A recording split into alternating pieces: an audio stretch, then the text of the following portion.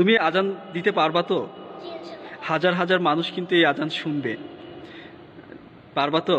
জি পারবো ইনশাআল্লাহ। হুজুর দেখেন ওর যে মানে ড্রেস আপ আর ও যেভাবে বলছে মনে হয় ও পারবে, একটা সুযোগ দেওয়া যেতে পারে। ঠিক আছে, তবে ভুল হলে তো আমার অবস্থা খারাপ হয়ে যাবে, তাই না? তারপরও ঠিক আছে, মনে ইনশাআল্লাহ। হচ্ছে দেখা যাক। ঠিক আছে।